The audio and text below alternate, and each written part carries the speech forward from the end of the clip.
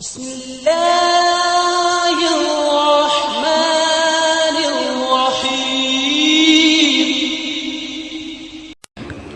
بلی کی پیدائش کا حیرت انگیز واقعہ۔ اللہ پاک کی ہر تخلیق کردہ مخلوق میں کوئی نہ کوئی پوشیدہ راز ضرور ہوتا ہے۔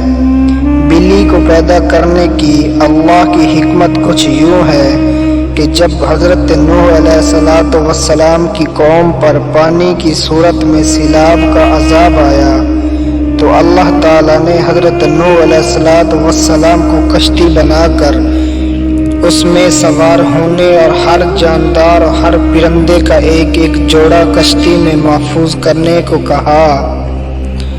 تو حضرت نوح علیہ السلام نے اللہ کے حکم کی تعمیل کی۔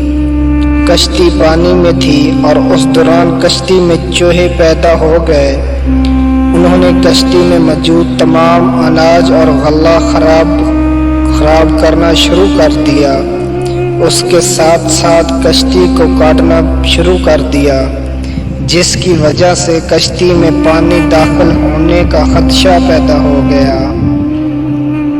تب حضرت نوح علیہ السلام نے اللہ تعالیٰ سے دعا کی کہ اے پروردگار مجھے ان چوہوں سے نجات دلواؤ۔